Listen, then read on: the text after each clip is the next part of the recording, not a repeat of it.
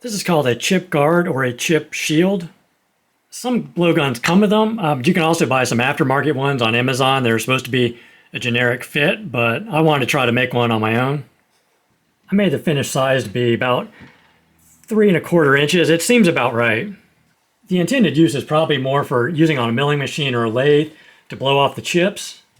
But I found quite a few uses just around the shop. Any sort of blind hole that you need to blow out, anytime you're cleaning something and it's directed right back at your face, this deflects it away from you. I use it on all types of saws. Use it on wood saws, like a miter box here, and metal saws. And you can see areas like this, you're trying to clean it off, and it tends to be directed right at you. So the shield prevents it from coming back in your face. It also comes in handy working on small engines. Usually I'll try to blow them off just to keep the debris out of there and keep them cool, but also if you're going to work on it, a lot of times you have some parts cleaner sprayed in there, and that'll come right back at you as well. So the shield works really well, blind bolt holes, small engines, automotive engines, things like that.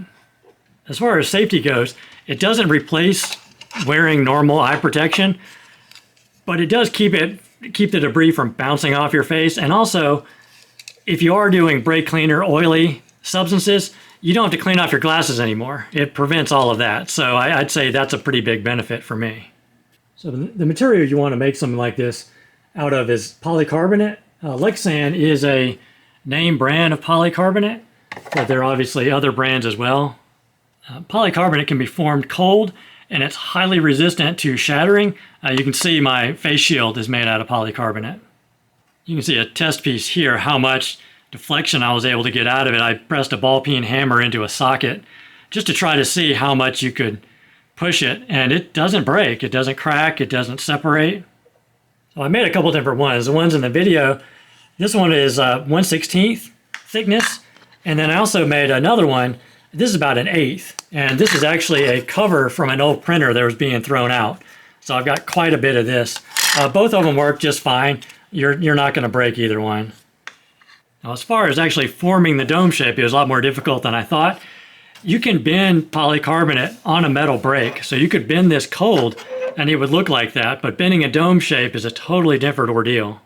The original game plan was to use this, so I sandwiched it in between 2 pieces of plywood and heated it up in an oven, and the problem is getting it the right temperature. You can see the result here. So the curvature is really nice because you can soften it up and form it around objects, but you can see how it's not transparent anymore. Now, I think a lot of times when you see people form things in a vacuum former or with heat like that, it's an acrylic and not a polycarbonate. Polycarbonate has a little bit of moisture in it sometimes, especially with the older material, which is what I was using.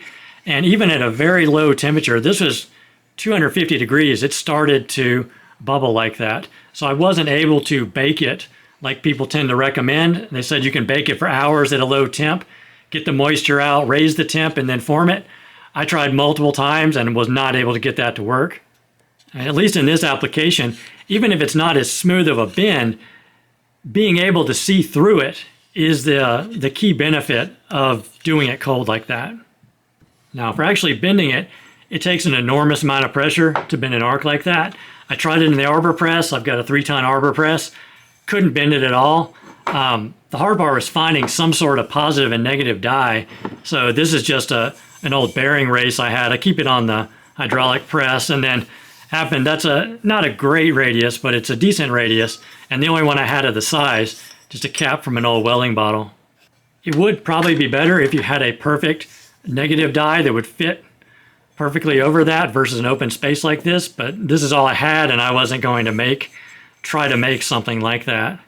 Now, as far as pressure to actually bend it, it took all of 20 tons to push this in there, even to bend that 1/16. I could also bend the 1/8 inch. It wasn't quite as smooth though. Cutting it wasn't a problem though. I tried multiple different methods, and a bandsaw is really the easiest way to do it. Thanks for watching, and take a look at my other videos for more tool builds. Thanks.